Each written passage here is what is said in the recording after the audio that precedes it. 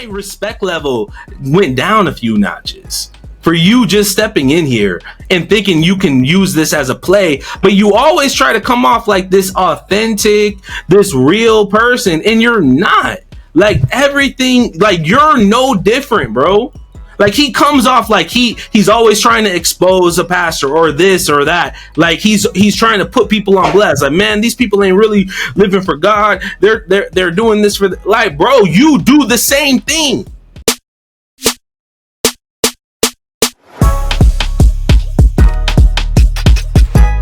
In 2020, there was an incident that took place at my granddaughter's school, and Susie called me, and she said, "Will you go down to the school with me?"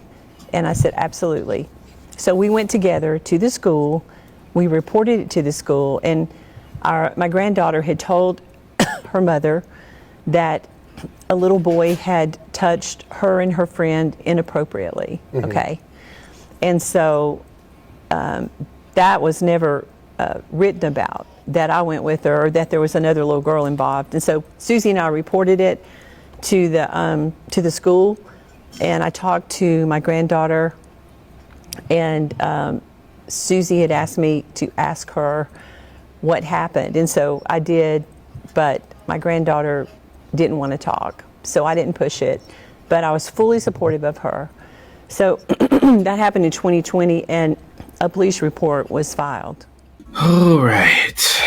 Whoa, before we get started, I know some of y'all saw our last videos.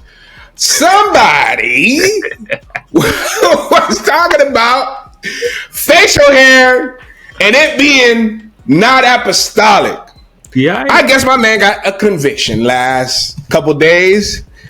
Ladies and gentlemen, meet the clean shaven, ready to speak from behind the pulpit of the holy desk of God, Larry Williams. What's going on, man? Did it come to you in a dream? It's ironic. My God. Man, I ain't seen the bottom of your chin since 2018? 2018, 19. I haven't been this clean shaven since 2020. Like, this is wild. But all right, I'll let you know how I got convicted. The preacher said it was an example of pride, and I didn't want to be prideful no more. So I'm like, you know what?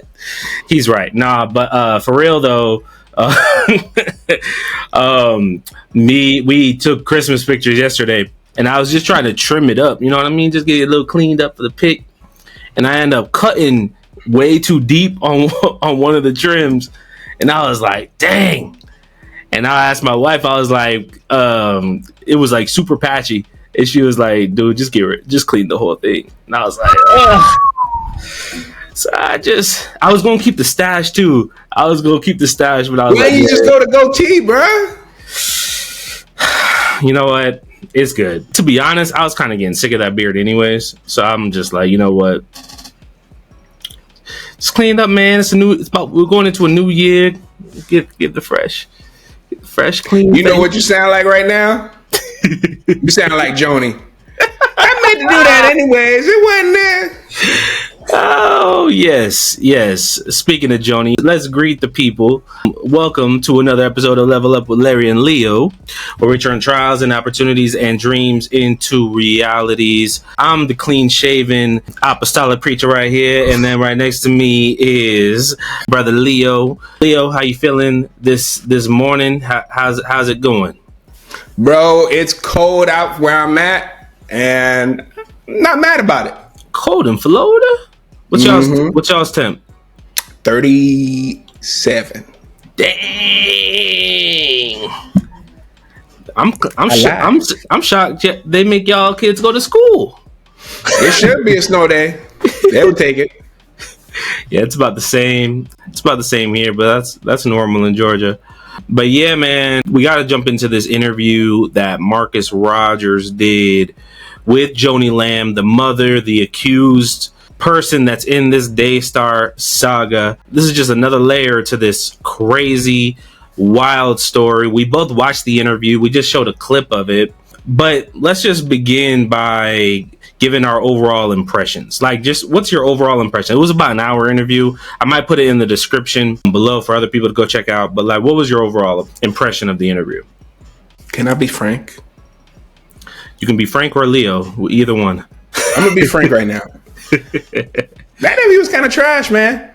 To be like completely honest. And I know the person is not a trained journalist, but the primary thing about being an interviewer is being curious. Mm-hmm.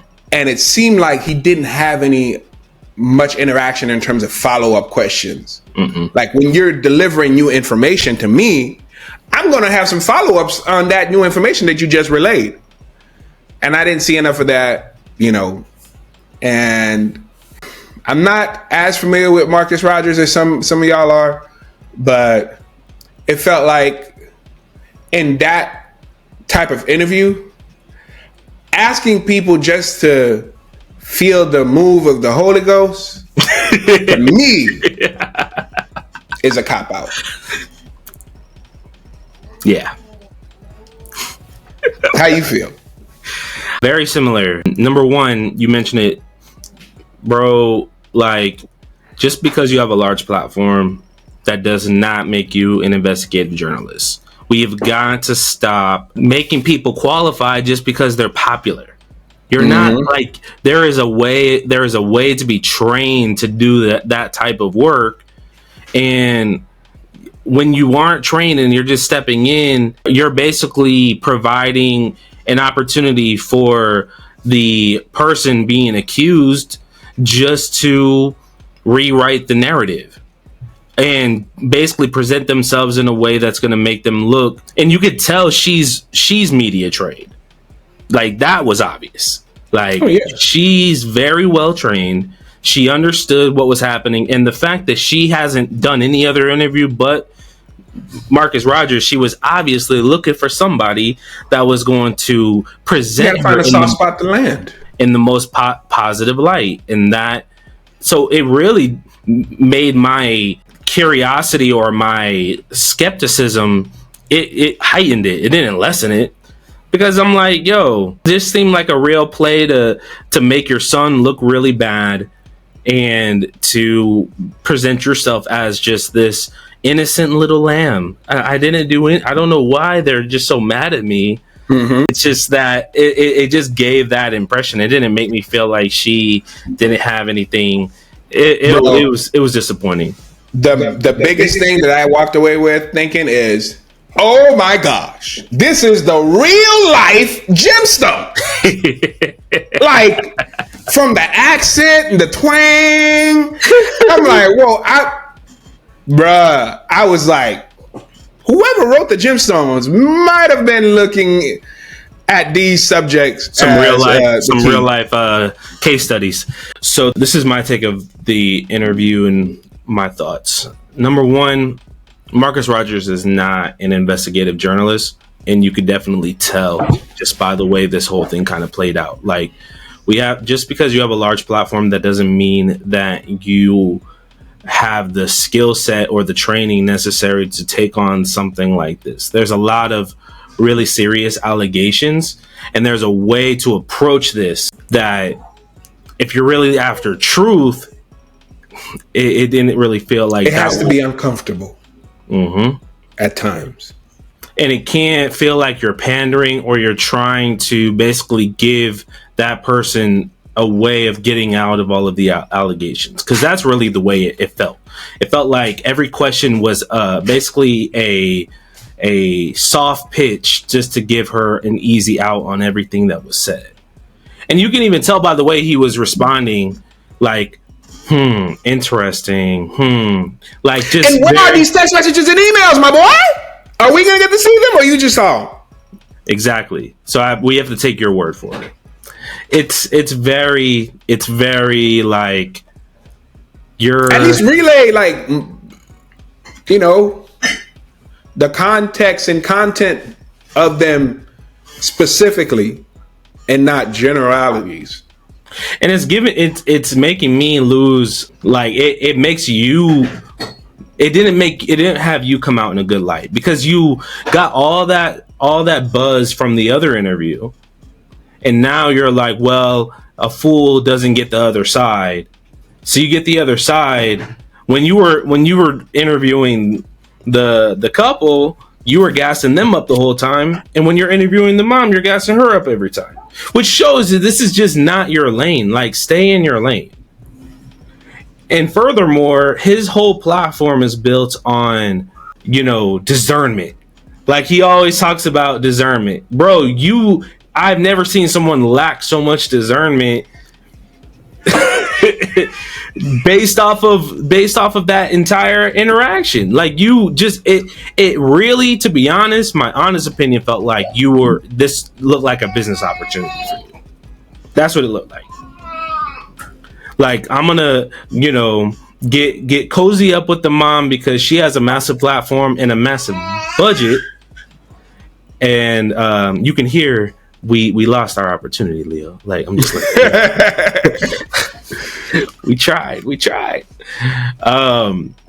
So yeah, that was my thoughts. Like, it was just really, it was very slimy and just very, it didn't feel very good. I wasn't impressed by any of it. It was just really messy. And that leads me to like my final thought on the whole situation. Like, this should not be playing out in the public. Like, family stuff and family drama is complicated. It's complicated. So if you're looking for a clean right or wrong, yes or no, it's not going to happen. There's way too many layers. And we have to some of this stuff needs to be something that's dealt with within the family. No. No. Oh. Like, I feel really bad. Like, I feel for the son because you're in between. You have 3 women in your life that are seriously affected that you're trying to navigate.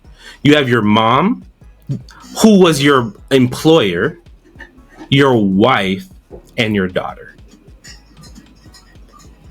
The other 2 are adults. I'm just saying that bruh. I think he should have pressed more on that topic. And then when he asked about when she basically laid out, hey, in regards to her now husband's ex-wife, that, hey, she doesn't have an NDA. And then later on, she points out that she still works for him. Like, I don't need an NDA if I got my hand to your throat, like, financially. Mm-hmm. Come on, man. Of course you're not going to say anything. Your livelihood is in my hands. I really hate how these people, when they're basically on a cover-up spree, how they like to insult people's intelligence. I feel like that's very common in like the Christian tradition, especially with these leaders. Like, when they feel like they can just control narratives. I hate when you try to insult somebody's intelligence. Like, bruh, was it with all of the shenanigans and the audio leaks and the way that you were navigating yourself when you thought nobody was going to be able to hear it? You really think that we think that you're just some innocent person that had no ulterior motives? Yeah. Like, stop and tell. Like, I think it's just like there's this overall thing. Like, the people that are supporting me or that have trusted in my platform, all I have to do is say that it's not true, and all of a sudden they're just people are just supposed to believe. And if they don't believe me, then they're deceived and they have a demonic spirit. Like, bro, stop. Take accountability. The devil did not make you do it. Like, you did this stuff, and you did it because you wanted to keep the bag firmly gripped. Bro, and another thing that caught my attention was the son was put on a PIP. Now, those of us who've been in corporate America, It's usually pip, pip, fired. Like, you get a PIP, performance improvement plan. And if you don't comply with every bit of that, you might probably get let go. And there's nothing you can do about it. Now that we've put you on a performance plan, we tried. And now we've let you go. So you can't tell us that you were wrongfully terminated. Dude. So, I believe the behavior that she's pointing out, that behavior was already there. Like, if he wasn't doing the job well, he wasn't doing the job well before. If the people in the departments were upset and discontent, they were upset and discontent before. So, I think Joni thought, my son's been working here his entire life. He has no plan B. So he just needs to go with the flow. Like, stop stepping to me. Stop questioning my decisions. Stop saying that I'm living in adultery. Stay in a child's place. Who you think you are, fam? This is me and my husband built this thing, and you think you gonna come check me? Mm-hmm. That's the vibe I'm getting. Like, don't check me, son, because you gonna get fired, and I know you have no other options. So you're basically saying, you're putting that pressure on him, like, oh, you gonna listen to your wife? Like, this is the way I feel like this is really playing out. So you're gonna listen to your wife over me? I'm the reason you get paid. I pay your bills. You don't pay your own bills. You're not even qualified for the gig. You're only here because you're my son. If you were not my son, you would be in some little entry level position at Target, doing some other stuff, living paycheck to paycheck. And the only reason that your wife married you is because of the stuff that we provided to you. So stop checking me in Jesus' name and go back and do what I said. And you need to read, when I tell you to read a card from one of our people saying how much they love my new husband, who's been treating me very good and giving me very nice feelings. Not nice feelings. Don't come to me like that, bro. Who you think? Like, that is the real, that is what's really happening there. I love it. They need to bring back Gemstones and give me another season. I could totally, like, they need to do a whole, they have their whole entire script. Like, this is Daystar, this is the perfect script for this. Perfect. But bro, like, that's really what's happening, and they're leveraging these platforms and these different things to give these narratives off. And the mom's just real disappointed. Like, this, I trained my son not to question me, and now he's got his new wife in his ear, this little Jezebel in his ear, going against me. Like, trying to come at me? No, son, that ain't how it works. I'm putting cases in all you. So you either gonna read the card, sign this NDA, stop asking all these questions, and whatever I tell you is God. Don't you better submit. Don't come at me, bro. I don't got time for this. Okay? Ooh. Now go sit down. Better submit. You gotta submit.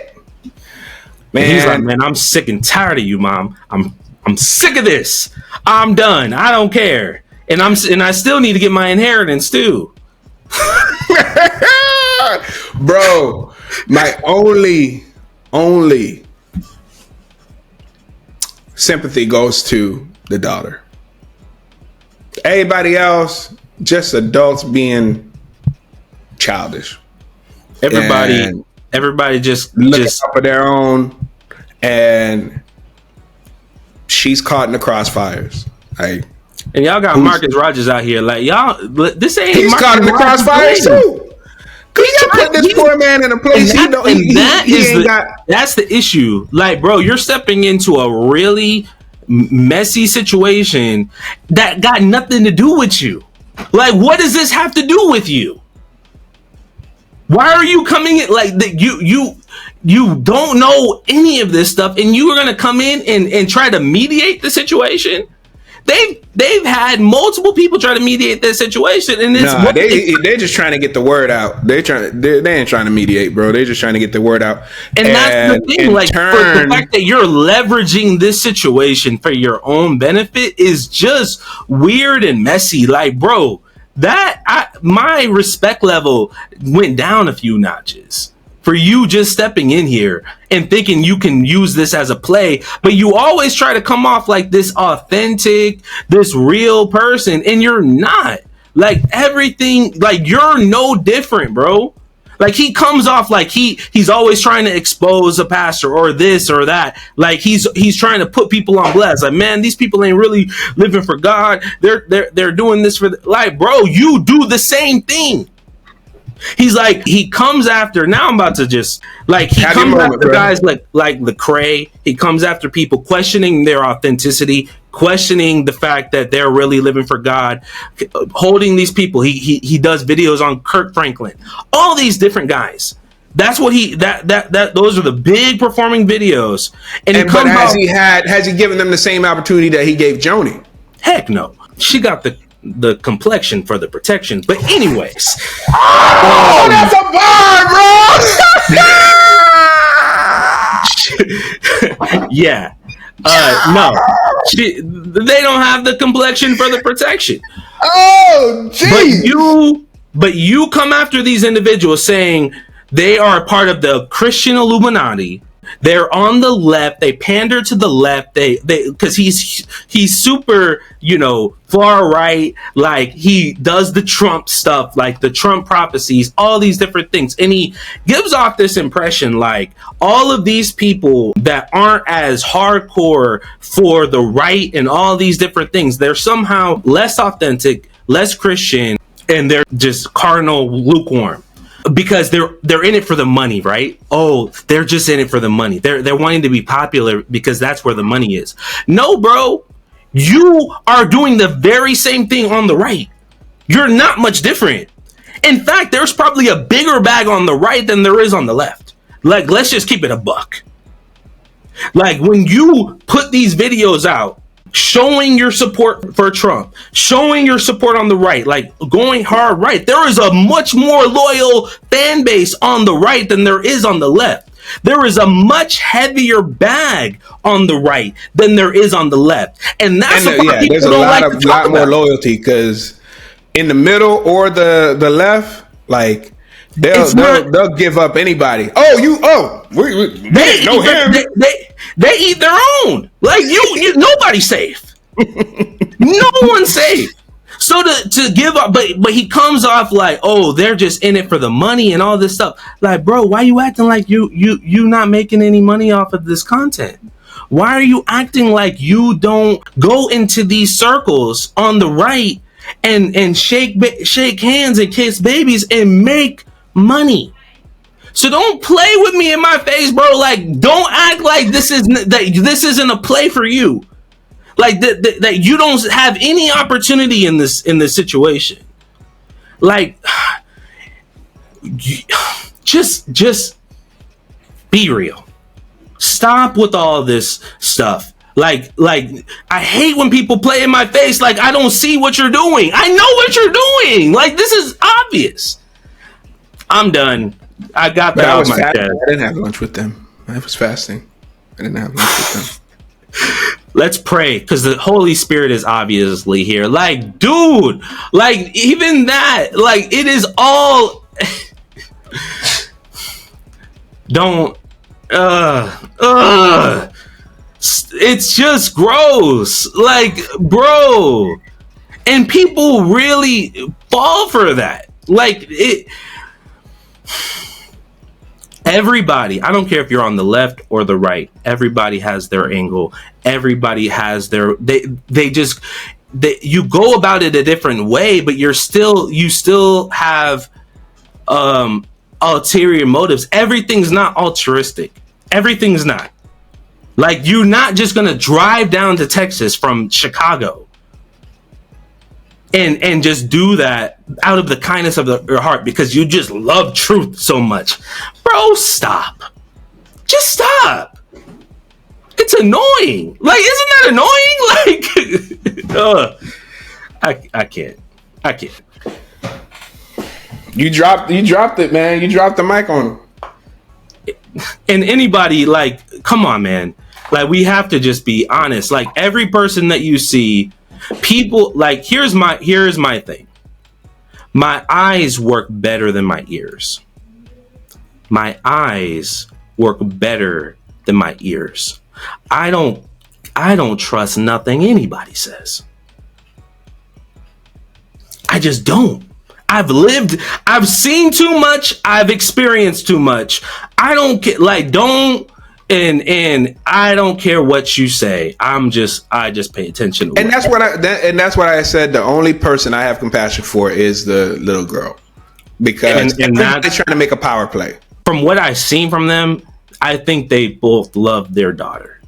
Yeah, and it's obvious. Like, what you'll do for your daughter in that situation, you should go to the extent. Like, when it comes to my kids, nobody's safe. Like, I'm gonna do everything. And there's so many inconsistencies in that interview that were not confronted. Like, when she said, well, we went to counseling just to make sure.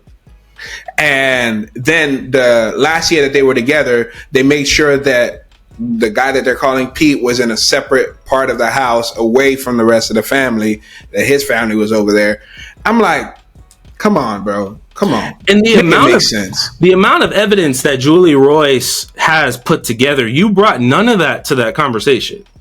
Like, she is an investigative journalist who focuses on church stories, but she gets scrutinized over every story, obviously, because she's going after high name pastors. She knows if she doesn't have her facts straight, and if it comes out that the things that she brought out was not consistent, she knows she's gonna get blown out the water. So she's not gonna release a story unless she's crossed her T's and dotted her I's, like, because she is a trained journalist. Yeah. She is a trained investigative journalist. She does this for a living. That's what she went to school for, and she has experience in that. Bro, you have a YouTube channel. You preach on YouTube. That is your claim to fame. You did it before he was the guy preaching on Facebook before it was a thing. That was his thing. You're a preacher. You motivate people, and now you do conspiracy. Like, that's your thing now. You do that online. Just stay doing that. What in the world you doing messing with stuff that you don't got no business messing with, bruh? I'm not mad at you. Hey, I'm not mad at a black man making money. I ain't mad at it. I'm not. But just keep it a buck. Stop acting like you are so altruistic and so in the spirit. Like, bro, stop. It's nonsense. You're pandering. You giving on. You kind of shucking and driving. You was shucking and driving through that whole interview. Like, stop. You should know. Like, you built your platform with this idea that you were against the system, and now you kind of shimmying into that system, and it just don't look good. Like, like, that's not respectful. It's not. Bruh, there's too many to name in this interview. So many inconsistencies that I wish were confronted and called out. And well, I know them Rogers, though, they're gonna come from my head for this one. He got he has a heavy fan base. I know they coming from me, but it's cool. Let them come. It's cool. But we gotta call a spade a spade. Hey, we just gotta. Hey, Marcus say, Rogers. Hey, Marcus Rogers. If you want to come on our platform, nah, bro, don't come. Please stay over there. If you want to come, stay over there. Bro, just stay over there. Do your thing over there. We're good. But I just got to call you out because you went to be what you were not called to be. And when you didn't study to show yourself to be prepared for what was coming. Like, if something new is brought to light during a conversation in an interview, you have to take 1 to 2 additional questions about that new information. That's basic. Basic. But he's not trying. He's just there. He fasted and he prayed to come down there and do. When you pray, move your feet. Old adage: when you pray, move your feet. You got to put some action behind that. But, anyways, I mean, we enjoyed it. It was good fodder. Hopefully, this thing comes to a good resolution, because the only one really hurting is the kids that were. And to the parents, man, just do whatever you can to protect that kid. That's the most important thing. Adults were already messed up. There's not much hope for adults, but just do it for the kids. Do it for the kids. All right, y'all. Let us know what y'all think, and we'll see y'all on another episode. Peace.